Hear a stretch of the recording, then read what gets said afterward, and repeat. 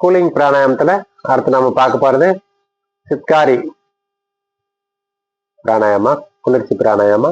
இது வந்து நாக்க மடிச்சு அந்த கேப்ல இருந்து மூச்சு வாய் வெளியே இழுத்து மூக்கு வழியா மூச்சு வெளியே தருது. நாக்க மடிச்சு அந்த கேப்ல இழுத்து மூக்கு வழியே மூச்சுல வெளியேற்றணும்.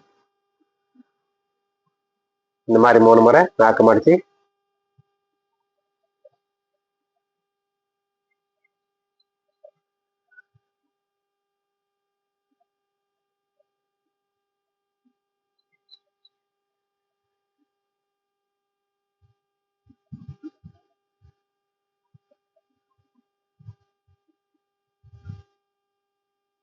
கூலிங் பிராணாயாமத்துல சித்காரி அப்படின்னு சொல்லுவாங்க. சம்ஸ்கிருத பேர் தான் இது.